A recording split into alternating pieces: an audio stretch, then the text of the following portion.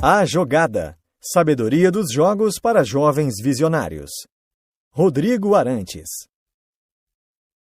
O que você faria se pudesse espelhar sua própria vida em um jogo de simulação, como The Sims ou SimCity? Como você administraria sua vida? E o que poderia aprender com essa experiência?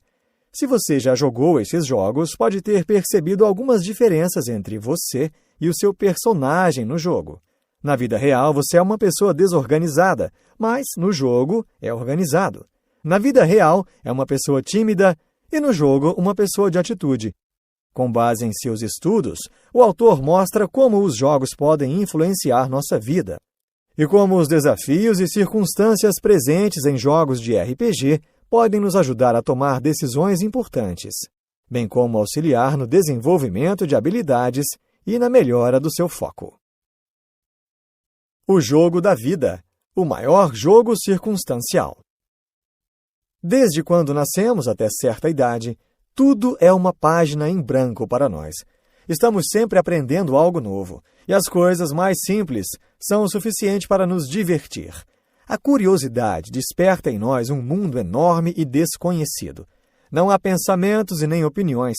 Nossa língua ainda não é formada. Por isso nossa mente é limpa, nosso foco é no agora. Nesse período, a criança vive em perfeita harmonia com a natureza, pois tudo o que precisa se encontra em seu interior. Nos primeiros processos de amadurecimento, as adversidades começam a surgir, e a mente, que antes estava em perfeita harmonia com a natureza, começa a ser alimentada com frases do tipo: o que você quer ser quando crescer? Que profissão pretende seguir? Antes a criança só pensava em ser grande. Agora se depara com uma luta entre o que o seu eu interior anseia e o que o mundo exterior quer dela, em uma sociedade que divide as pessoas entre alguéms e Zé Ninguéms. Essa luta permanece até o fim da vida adulta. Na fase do envelhecimento, assim como na primeira fase do jogo da vida, o corpo se torna frágil. Nesta fase, a pessoa viverá de acordo com os resultados obtidos durante sua vida.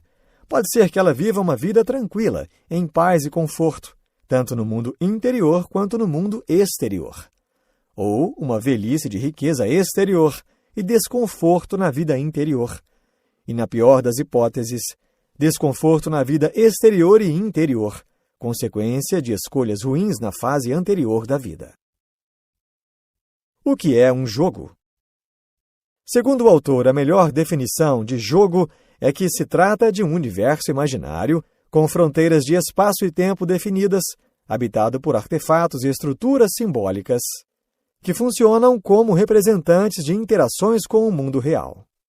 Real e imaginário são apenas facilitadores para a explicação, pois, segundo a física quântica, não há argumentos científicos que provem que o universo do jogo é menos real do que aquele em que você vive. O universo paralelo do jogo pode revelar a realidade do jogador, o que é chamado de espelhamento. A realidade do espelhamento torna os dois universos reais, pois o jogo é reflexo dos comandos do jogador. Pode ser uma explicação científica para as pessoas que acreditam em cartas de tarô ou búzios. O jogo só inicia quando há pelo menos um jogador, e ele só entra no jogo quando faz a sua escolha. A partir desse momento, sua consciência coabita com o universo do jogo.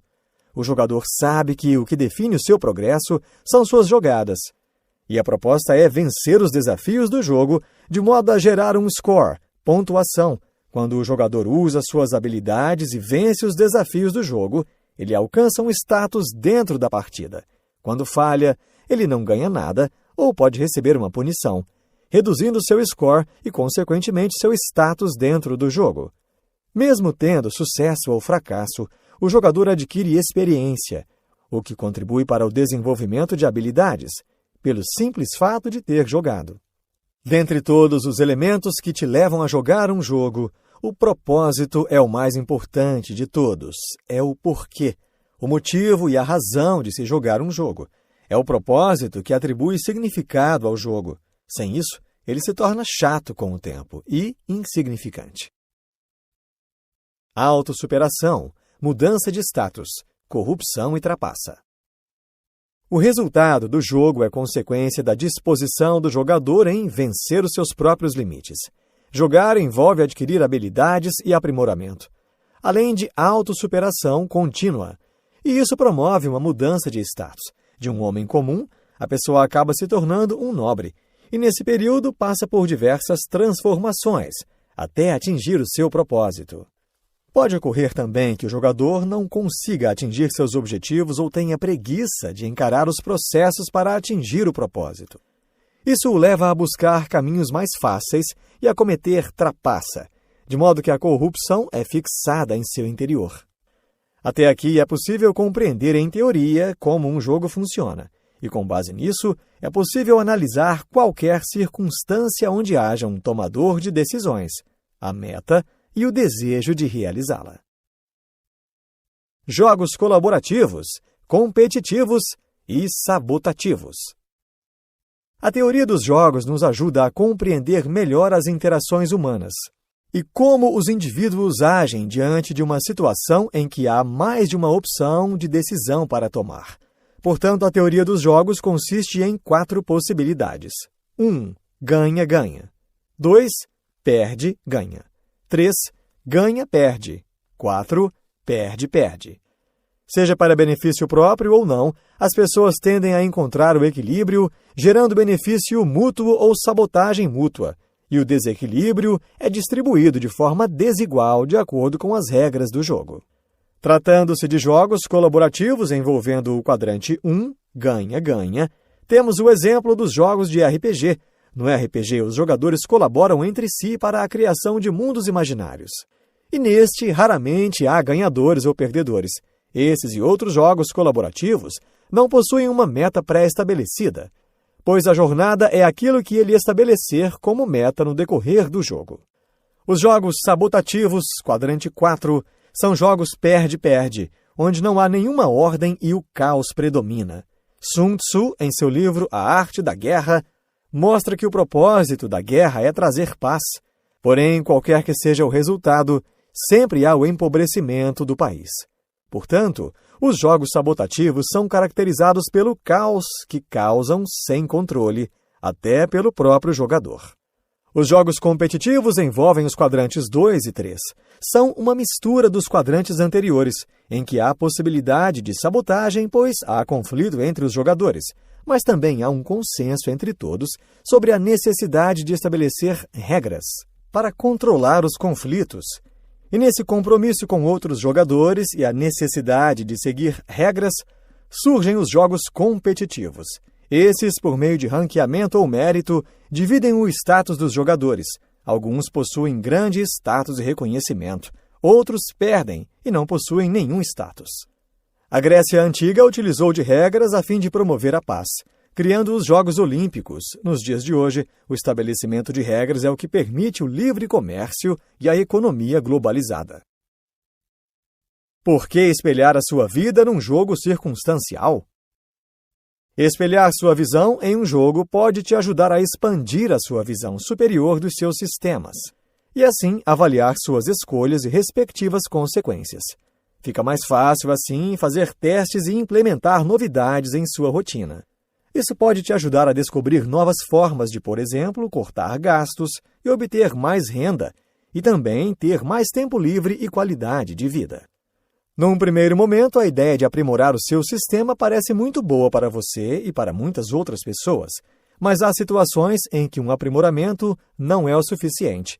É necessário ir além, e somente quem tem visão reconhece que precisa mudar o seu sistema para obter novas habilidades e atingir os seus objetivos.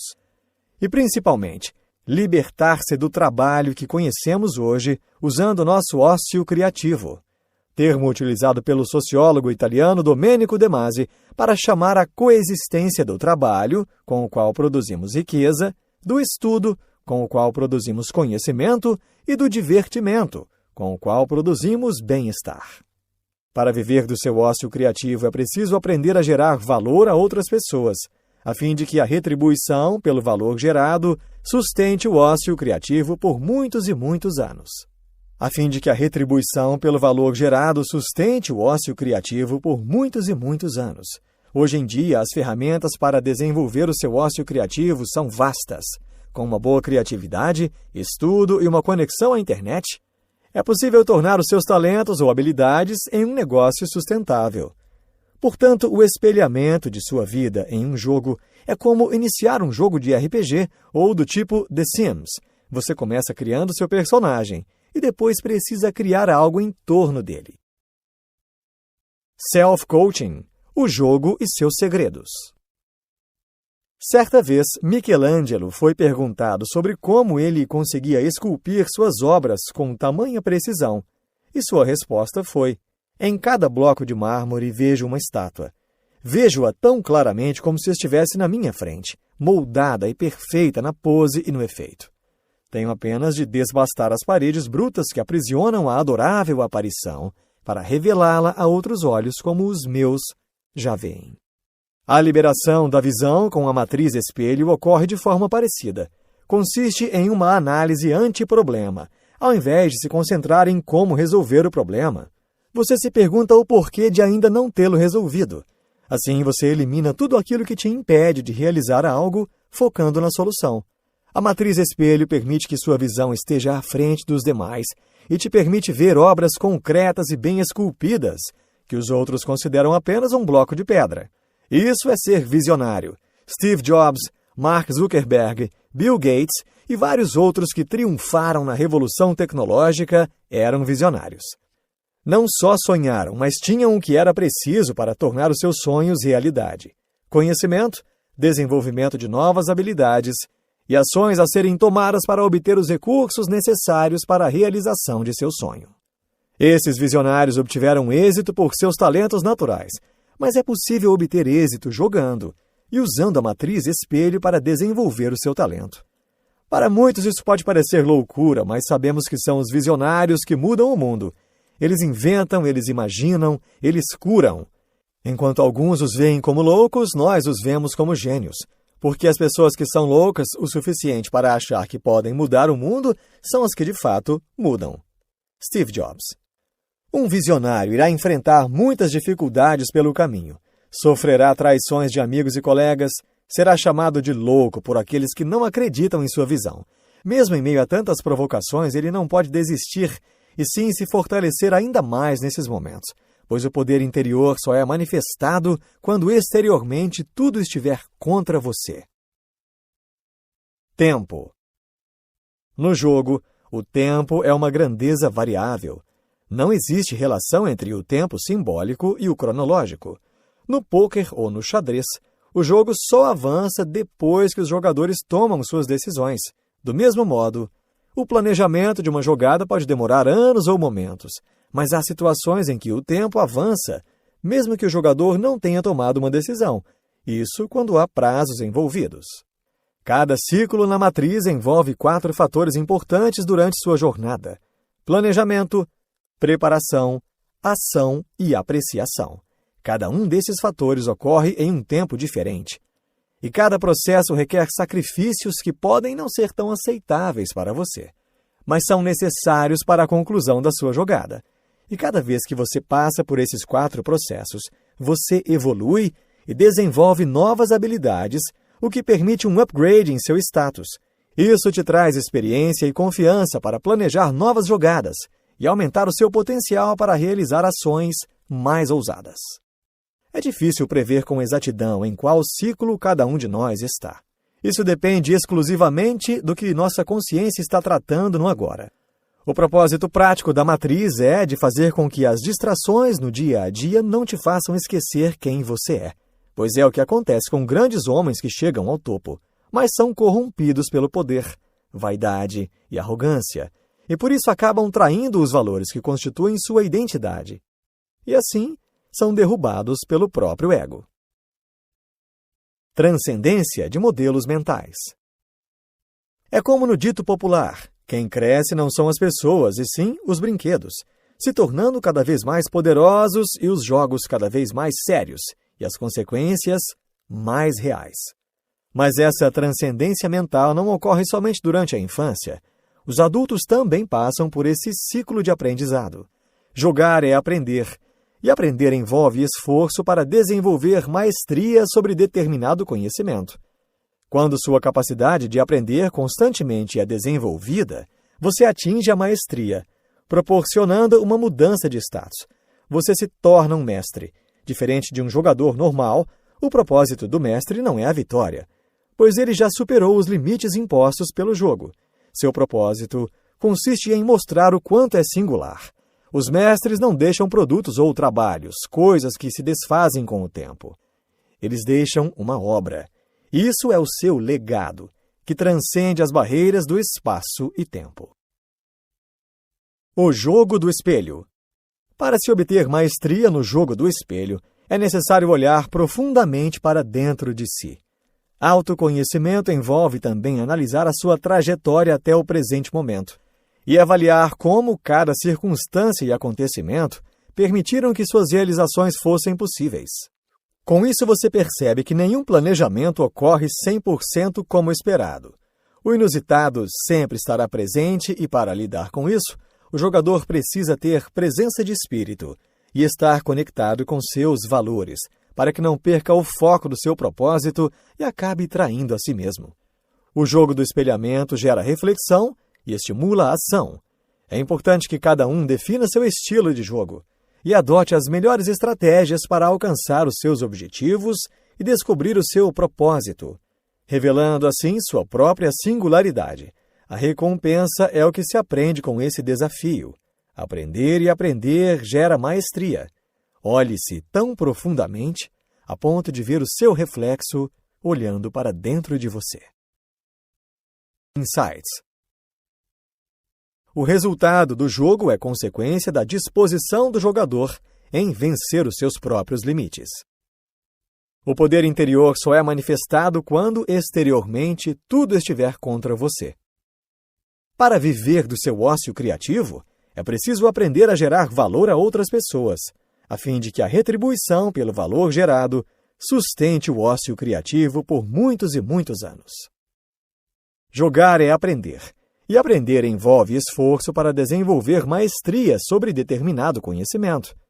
Quando sua capacidade de aprender é constantemente desenvolvida, você atinge a maestria, proporcionando uma mudança de status.